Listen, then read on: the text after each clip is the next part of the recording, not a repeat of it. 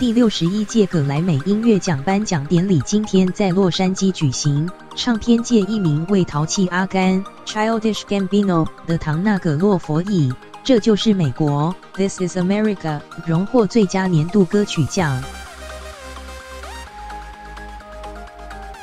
唐纳葛洛佛 Donald Glover 击败的劲敌包括美国饶舌歌手肯卓克拉玛 Kendrick Lamar 和 SZA， 英国创作歌手艾拉麦 Ellen Mai， 加拿大饶舌天王德瑞克 Drake， 加拿大创作歌手尚恩曼德斯 Shawn Mendes， 美国民谣摇滚歌手布兰迪卡利 Brandi Carlile， 俄裔德籍电音 DJ 杰德 Z 与美国歌手马伦莫里斯 Maren Morris 及电音团格雷 Ray， 美国流行音乐天后女神卡卡 Lady Gaga。中央社。